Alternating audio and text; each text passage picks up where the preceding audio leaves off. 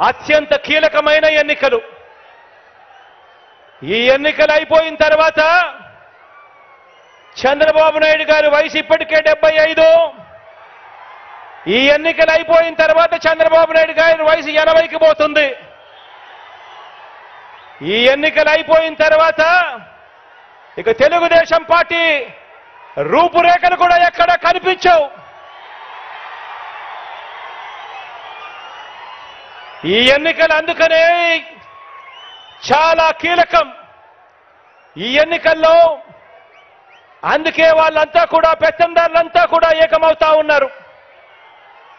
అందుకే వాళ్ళంతా కూడా తోడేళ్లుగా అందరూ కూడా ఏకమవుతా ఉన్నారు.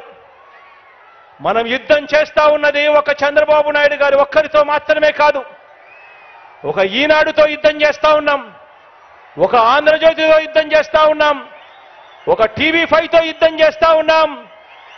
వీరందరికీ తోడు ఒక దత్తపుత్రుడితో కూడా యుద్ధం చేస్తా ఉన్నాం. ఇంతమంది తోడేళ్లు ఏకమవుతా ఉన్నారు. ఈ చంద్రబాబు నాయుడు గారు ఇంతమంది తోడేళ్లు సరిపోరు అని జాతీయ పార్టీలు కూడా పరోక్షంగా ఒకరితోనూ ప్రత్యక్షంగానూ మరొకరితోనూ కూడా వెంపర్లాడుతా ఉన్నాడు.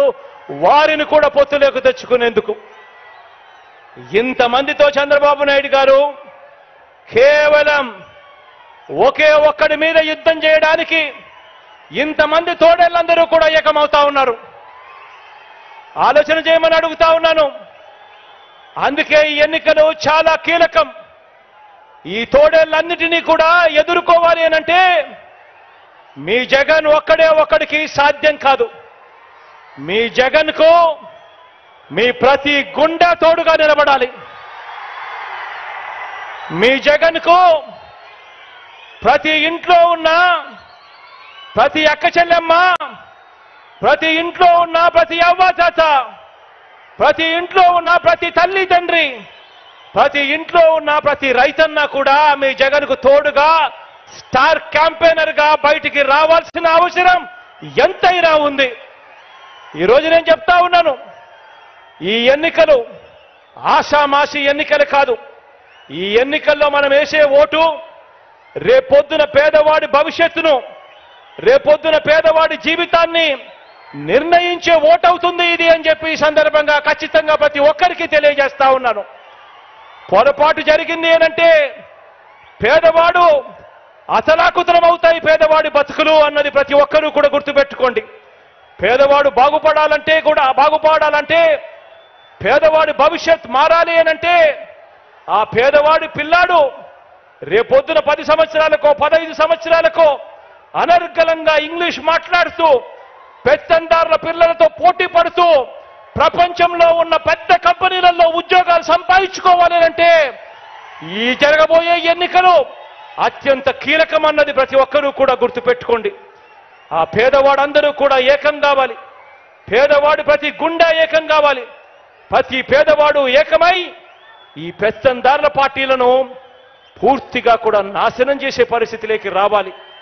అందుకే ఈ ఎన్నికలు అత్యంత కీలకమైన ఎన్నికలు అని చెప్పి ఇక్కడ ఉన్న ప్రతి ఒక్కరికి కూడా, ప్రతి కార్యకర్తకు, ప్రతి అభిమానికి, ప్రతి నాయకుడికి, ప్రతి వాలంటీర్కి, ప్రతి ఇంటికి వెళ్లాల్సిన బాధ్యతలు మరొక్కసారి గుర్తు చేస్తూ దేవుడు దయ, ప్రజలందరి చల్లని దీవెనలు మంచి చేస్తున్న మనందరి ప్రభుత్వానికి కలకాలం ఉండాలని, మరో అవకాశం మనందరి ప్రభుత్వానికి నిండు మనసుతో దేవుడు ఆశీర్వదించి ఇవ్వాలని కోరుకుంటూ సెలవు తీసుకుంటా ఉన్నాను.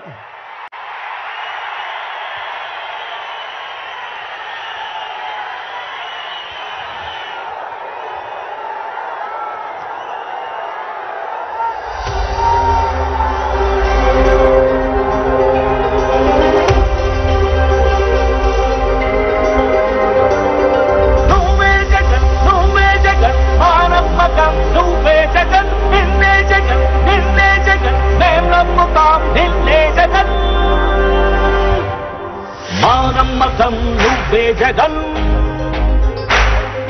మేం నమ్ముతాం నిన్నే జగన్.